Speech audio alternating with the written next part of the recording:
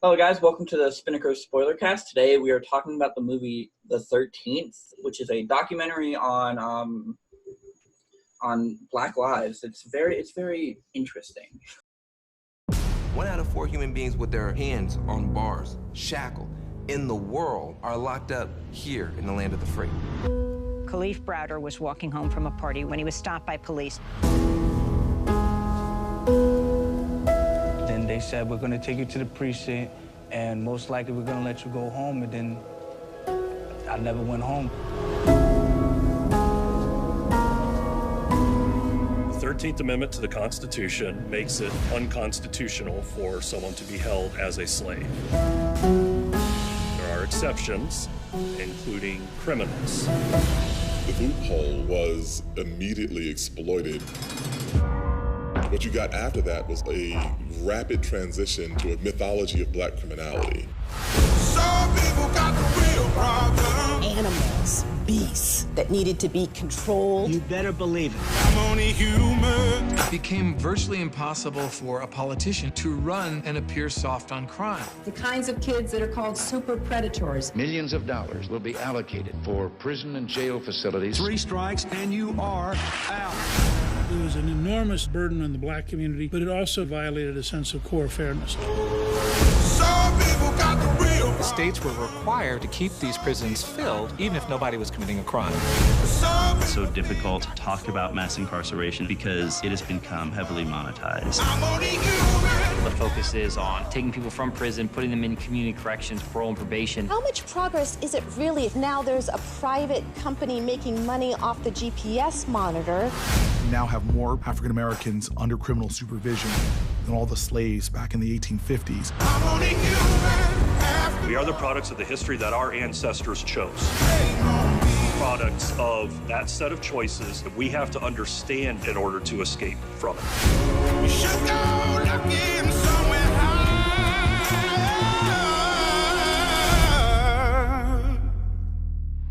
I'm only human. After all, don't put the blame on me. In terms of a spoiler-free review, I would definitely say watch this movie. Just straight up, you have to watch this. You have to get through it yourself. We're not going to be able to do it justice about how much it hits hard. You know, a lot of the facts in this movie just really got to me. I think that it's a crucial educational resource for what's happening right now, and what has always been happening. And it sort of takes current events and leads up to it by going through the history of it and essentially what are the series of events and laws that were passed or movements that led to today's climate of all of this. And I think another point, it's called 13th because it's based off the 13th Amendment. So the documentary basically just takes you on a timeline from when they passed the 13th Amendment all the way up until now, and how even though things have kind of changed, it's more of just been reworking things to fit whatever social climate, whether that be the late 1800s, the 1960s, or to the 2000s. So, and going off of that, I actually didn't realize that specific little clause in the 13th Amendment because everyone knows that it's the abolition of slavery, but what really opened my eyes is how that started the problem of mass incarceration because of that clause that says unless it's a criminal, you're a felon. Yeah. I was just very shocked by that because it just all sort of made sense and fit together. It's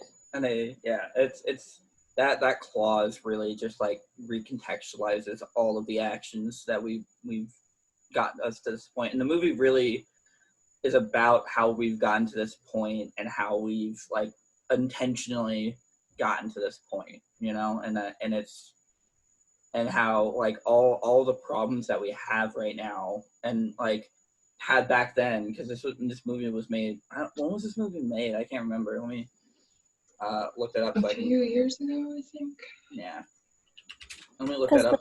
The documentary was filmed a couple years ago. I think it's from like 2016. 2016. Yeah. So this was like about like 2 years after the Ferguson riots, and all of that stuff. And even then, this was all still a problem, and the documentary shows how we got there then and how we've got here now and how it was all intentional. But yeah, I think we're ready to go into the spoiler part of it. I think we're ready to start spoiling this movie. So if you haven't seen this movie and you want to see this movie, I would definitely recommend it already. So just go watch it. Yes. Yes. Go watch it, come back, They should play this in American government class in high school. Exactly. I think I learned more in that documentary than I learned in an entire semester of American Gov. Absolutely. So let's get started with the spoilers. So the movie starts off just immediately, and it goes into the 13th Amendment, and it shows there's a specific clause in the 13th Amendment, which we've already talked about, where it says slavery is absolutely unacceptable unless the person is deemed a criminal, and unless it's in that kind of state. And the entire documentary is about how the way that they've treated Black people in this country is basically criminalizing them and criminalizing being Black so that they can justify using them as slaves again and making money off of them. And that's I was very disgusted by one of the first things they talk about is the movie Birth of a Nation. Yeah. Oh. And that came like immediately after the Civil War and the abolition of slavery. And it essentially immediately turns Black people into this sort of like animal monster, like something that needs to be controlled, something that needs to be, put away. And it's so horrible to see. And there's a really good quote from the movie that describes it as life imitating art. Because normally art imitates life, but after this movie came out, and after the Civil War, there was a rebirth of the Ku Klux Klan and that whole movement, and lynching was a problem, and it was just essentially copying things that the movie had, and it was like illustrating the most horrible desires of racists, which were most white people at the time. And it's just horrible to see. Essentially almost like romanticizing it, like making it seem like it was a good thing. And I think that just like reinforces that like the country was built for the benefit of the white man, like that. And just like the whole documentary shows that, like how it flowed from like the Civil War and then into like the 1900s with like Jim Crow laws and things like that, and just how things weren't changing, they were just changing names. Yeah. And there was a lot of talk about how you need to like protect the white woman because Black men will rape them. Like there was this huge thing about that. And I forgot who said it that was speaking in the documentary, but they were talking about how the majority of, interracial rape crimes were white men and Black women, not the other way around. And I was just so angered by that. Yeah, it's so frustrating that it's like they create this narrative of the Black man raping the white woman, even though it's the other way around completely. And it's so frustrating to see that, and to hear them like say that that's what it is, even though it's clearly not, and we have proof of it. It's so angering. And yeah. After that, it sort of segues into segregation and then even Nixon. War on drugs and stuff. Yeah. So it essentially takes all of that chaos happening and it makes it's justified and legal to attack blacks.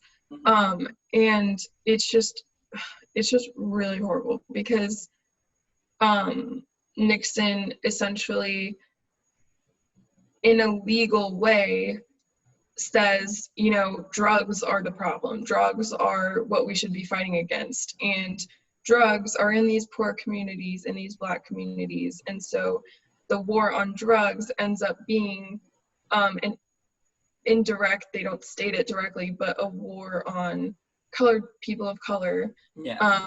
And it's, someone in the Nixon administration was recorded talking about it, how that was their strategy to gain the support of a lot of the South, was essentially by doing that, by promoting that. What really frustrated me about it was the fact that you're never taught in school about the war on drugs and about this law and order era.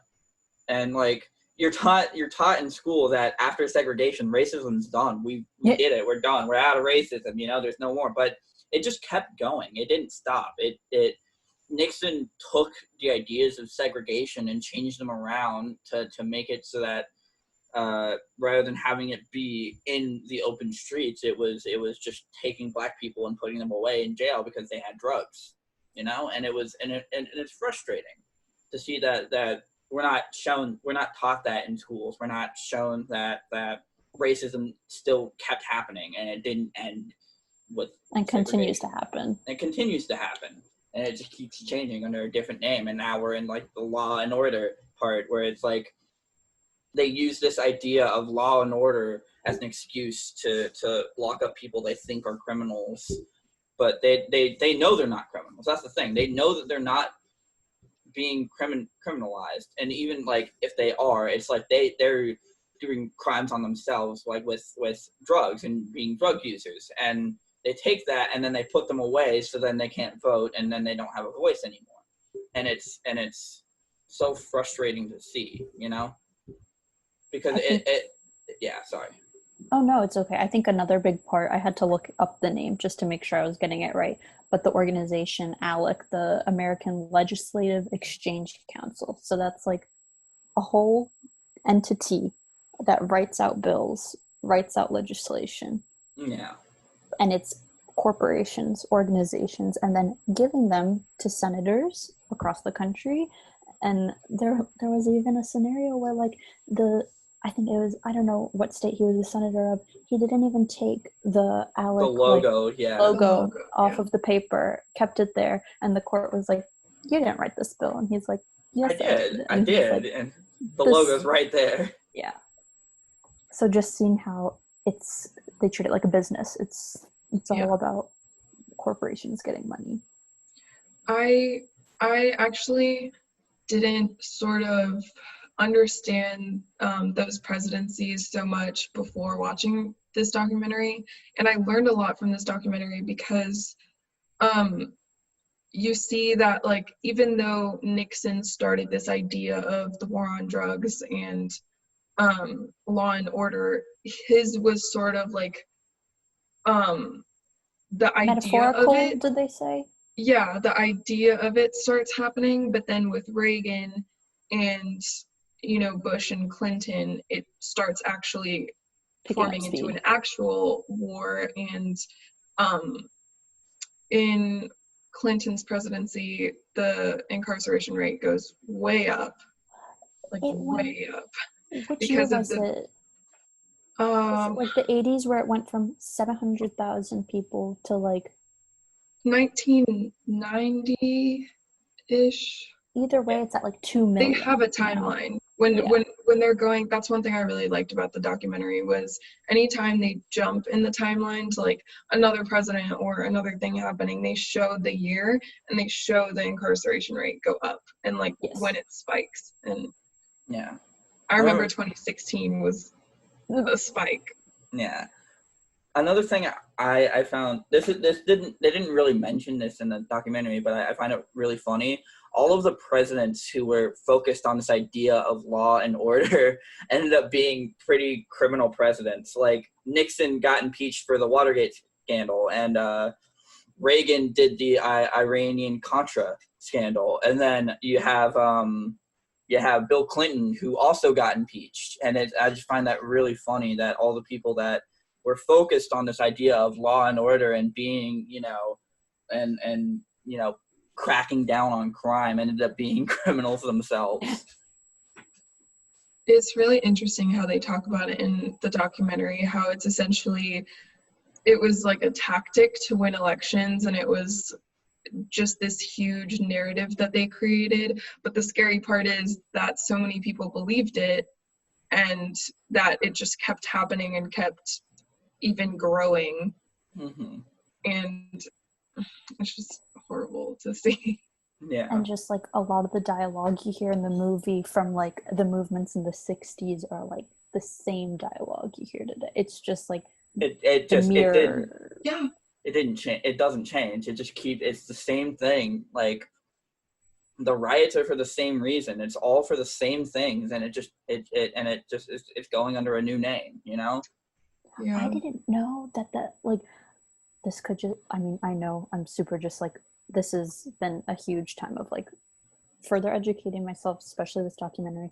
I didn't know that Martin Luther King Jr. was on the FBI watch list as like one of the most wanted kind of people in the country because he was spreading lies. I was like, I didn't know that the it was the chairman of the Black Panthers was murdered in his home. Yes. He was murdered while he was sleeping at like 5 a.m.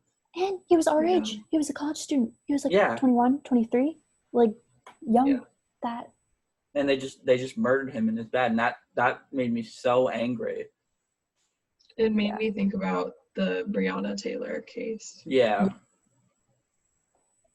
A lot of this is, so I just like keep thinking of like school. Like, we're all in college right now. This is like the first a lot of us are like learning about this, when it easily could have been implemented as early as middle school, like into like the curriculum and stuff like that. It's just it's so frustrating to see all of this injustice that has been going on this whole time, and they just didn't they just keep hiding it. They keep like trying to keep it away from us, even though it's so glaring, and it's so in front of us. All for the sake of like money and power too, and that's It reminded me of this other amazing, not a documentary, but it's like a biographical film. Nelson Mandela, Long Walk to Freedom, I think it's what it's called. Heard of that, yeah. The one where Idris Elba plays Nelson Mandela. But it just, I was reminded by it because of the talk about Martin Luther King and those protests, and how, essentially they make out, freedom of speech and freedom for, wanting to change the government when, there's things wrong that are happening. That right is taken away by, putting people like that in jail, like criminalizing them, making them seem like monsters, when in reality it's about, having a voice. And I always think about that, because the reason that is put in our very basic rights is so that we can call out any injustices and any, faults of the government. Because, there's no way that a government is going to be perfect in any sense, in any country. And, protesting is such a basic form of something that we're supposed to be allowed to do. It's written in the Constitution. For various reasons, yeah. It's just crazy to see that, there's so much infringement on that right. Yeah. What's really crazy to me is how many people's rights they're willing to suspend just to keep this group of people down. It's there's so much they've suspended habeas corpus in New York recently, and it's like they're willing to go so far just to keep this group marginalized, and it's just it's so bizarre to me. It's so absurd. It's so frustrating that and the thing is, I'm not even the one affected by this. I'm a white man. I'm the most like unaffected by this at all, and it's still so frustrating to me to see how far they're willing to go just to keep this group out of power, because they seem so scared of it. You know, and I don't know why. That's the thing, is I don't know why they're so scared of Black people, of why they're so scared of they've been so scared since slavery, since they've had to abolish slavery. They've been so scared of Black people getting power that they've forced them back into that role. It's so weird. One of my favorite parts of the documentary is Angela Davis. I love how she's actually just brought her up. I looked her up in the documentary. Yes. You know, in present time, or in 2016. But it was so interesting to me when they show these old clips of, you know, how she stayed out of prison by, you know, going and arguing her case because she was absolutely innocent, and, you know, essentially calling them out on, you know, what they shouldn't be doing, what they can't be doing.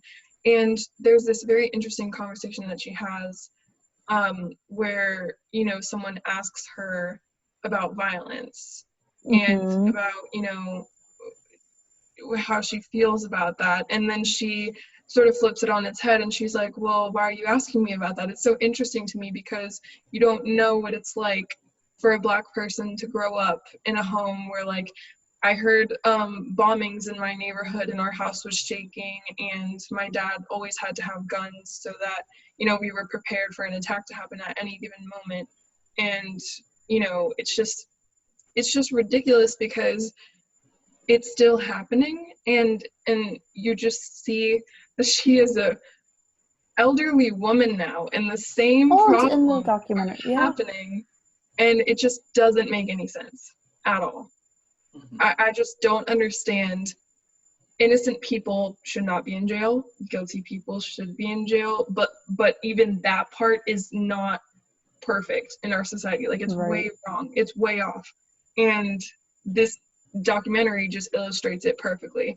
And I even recently heard Barack Obama talking about this, how it doesn't make sense for, you know, the percentage of Black people in our nation is, you know, like so-and-so percentage. I don't want to say numbers because it'll be wrong, but you know, the percentage of Black people in the US, and then the percentage of Black people that make up prison populations, like, is way bigger than, you know, any other race. And that doesn't make any sense because literally from a mathematical perspective, it should be balanced, proportional, you know, to how the population is broken up, not in prisons. Like, that doesn't make any sense. And I just don't understand how it can, you know, keep going. What really frustrates me about that is, like,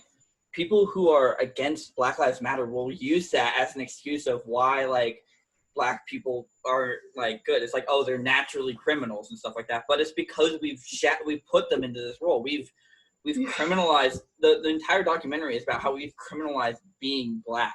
We've criminalized this idea of every, like, that's the thing you were talking about with like the fact that our idea of being guilty is so wrong. Like, guilty people in jail are guilty of crimes that aren't, like, crimes anywhere else. Oh, like, yeah, the documentary points out a very, very good example of that. I don't remember exactly when it was, like the 60s, 70s, something like that.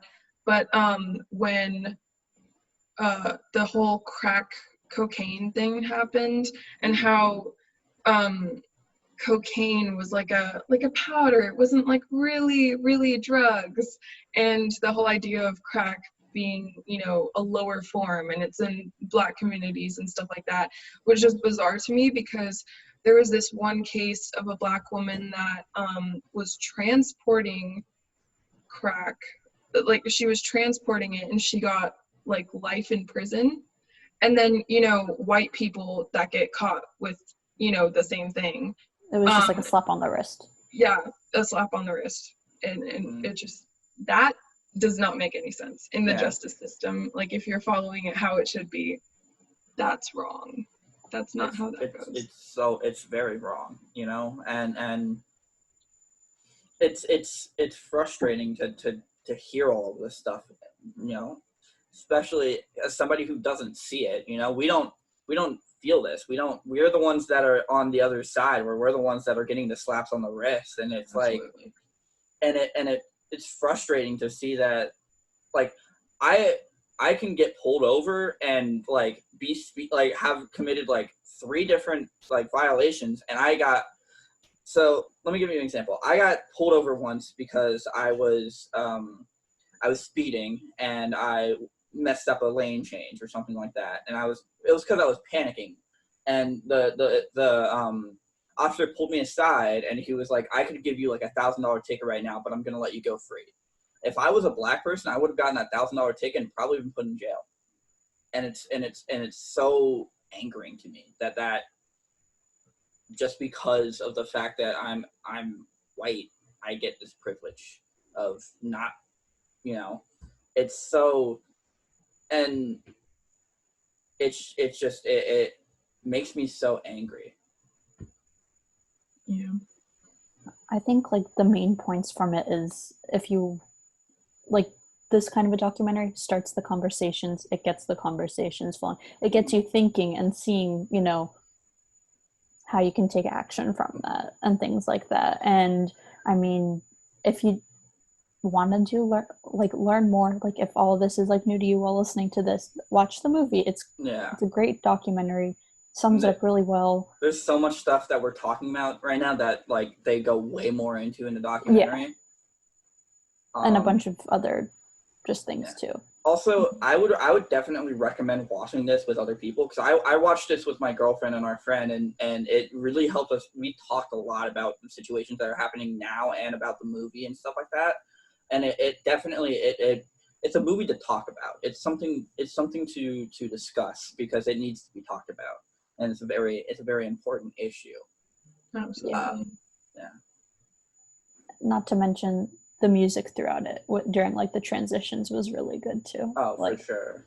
Yeah, I appreciated that they put that in there. They had a lot of songs by Black artists that were also talking about what was happening, talking about prisons and talking about segregation and talking about really important, heartbreaking topics. And they sprinkled that all throughout the documentary. I really liked that. But the thing is, some of those songs were old. Like, I'm pretty sure some of them were like 80s, 90s music. Some of them were as new as like the past few years, but like same topics in the songs. Yeah. Decades Nothing's apart. changed. Mm-hmm. So, yeah, it was good. Yeah. What would we Spinnaker sale this thing? Spinnaker sales, I'm definitely giving it a 5. I think that it's an essential documentary that we need to watch and need to talk about, because the issues that we're having now aren't new. They're the same issues we've had since 1910. You know, it's the same issues that we've had since immediately after slavery was abolished. It hasn't changed, and I think this documentary really points that out and really says that, hey, we need to talk about this. This country is messed up, and we need to do something about it. Yeah. 5 Spinnaker sales. Yeah.